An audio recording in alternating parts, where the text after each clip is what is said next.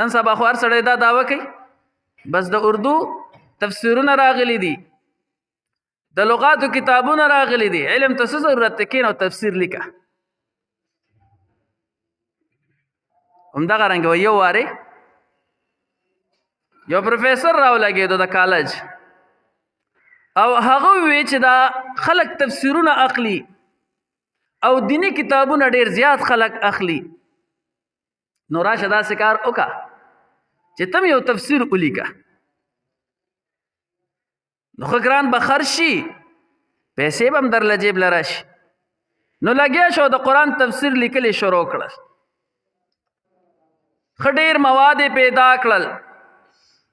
او د قرآن تفسیر یې مکمل کړ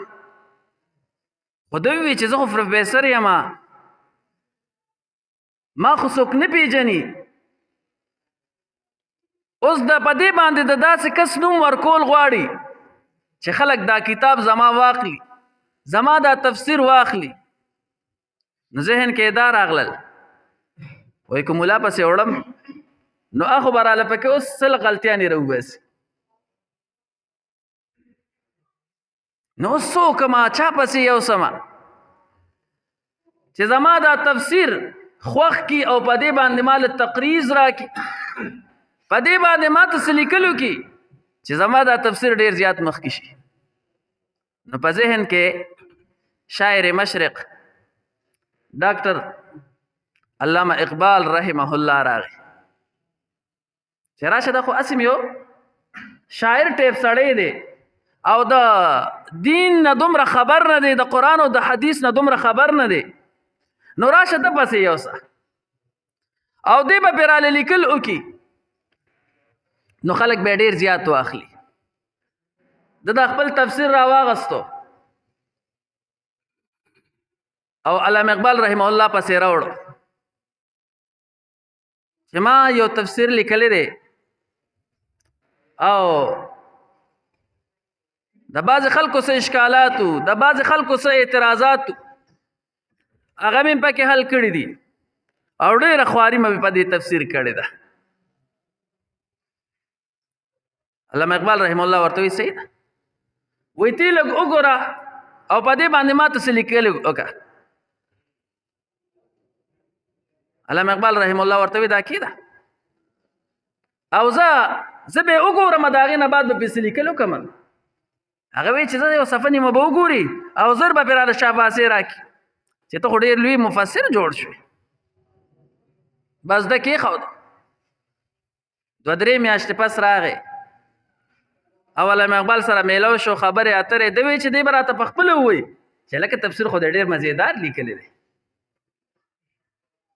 علامه اقبال رحم الله ورته هېڅ خبره ونه کړله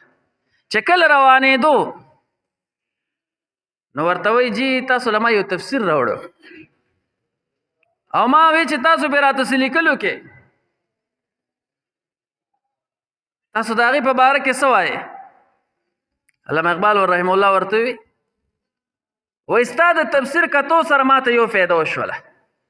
دا تا چې کوم تفسیر لیکلی دی نو زما ذهن ته یو اشکالو او یو اعتراض راتو هغه ستا د تفسیر سره دپه شو دی هم خوشحاله شو چې تفسیر خو مې لاړو ډاکټر علامه اقبال رحمه الله مقبول کو اوس پر راته ښه پیسې میلو شي دی ورته وایي ښه جي هغه څه اشکال وایي زما ذهن کې د ډېر عمر نه دا اشکال او دا اعتراض راتو چې په دنیا کې به څوک داسې ظالم هم وي د هغې انسان نه چا چې په حضرت حسین رضی الله تعالی عنہ باندې ظلم وکړو او د حسین رضی الله تعالی عنہ نه به هم څوک مظلوم وي چې په پردي وطن کې شهید شو مسافرۍ کې شهید شو په ذهن کې مې دا اشکال راتو چې څوک به داسې مظلوم وي خو ستا د تفسیر دا سره زما دا اشکال رفع شو او ختم شو او ما ته پته ولګېده چې د حضرت حسین رضی الله تعالی عنہ نم زیات مظلوم قرآن دی چې هر سړی پاسي او په دې باندې تفسیر لیکي دا راته دومره راته اندازه وشوه چې قرآن د حضرت حسین رضی الله تعالی عنہ نم زیات مظلوم دی چې هر سړی پاسی او تفسیر لیکي او د قرآن باره کې خپل خیالات اظهار کوي پدې نه دی چې په قرآن او حدیث پیږي او کنه دومره راته اندازه وشوله